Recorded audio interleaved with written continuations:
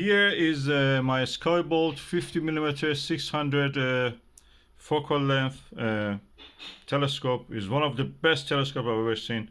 For the first time I could see the airy disk around the stars. It wasn't a ridiculous one of those Alt Azimuth old mounts. So I'm just going to attach a dovetail bar with this fleecy material which we use for the chairs, and two cable ties as a tube rings. If I want to find tube rings for that, probably they would charge me on the arms and leg.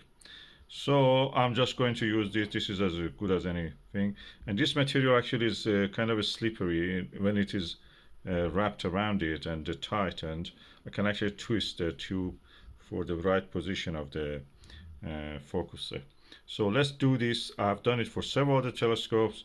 They were perfect now. I can use them for the first time. I can use them without resorting to those wooden horrible tripods.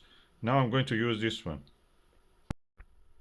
Now I have done it. This is really easy now to rotate. Lovely, this material is really good. I tried it with the fabric. Fabric doesn't let you to rotate it. This material is very good. And also at the same time it's soft. So next, when it is clear, I will go and test it on the night sky and on the mount. Okay, these are two classic Japanese telescopes. The refractor, one of them is 50mm. It's a Skybolt, one of the sharpest views of the stars I had through that. And this one is 50mm 600, so that's also quite high f ratios. And let's just test them. I put them on this dovetail bar, so for the first time I can practically use them without actually having a wobbly Alt Azimuth or Quattro mount.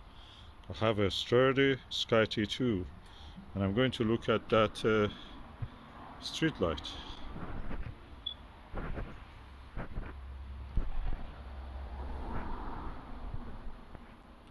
Let's do this.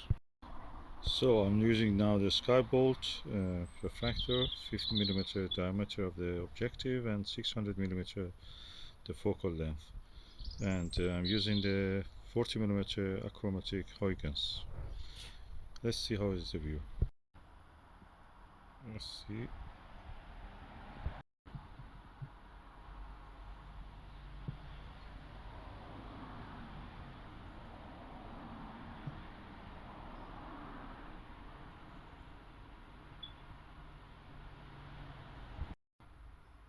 And that was the view.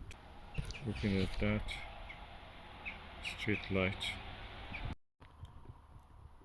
Hopefully next time when it is clear I can observe the planets Jupiter, Saturn and Moon just to see how it is.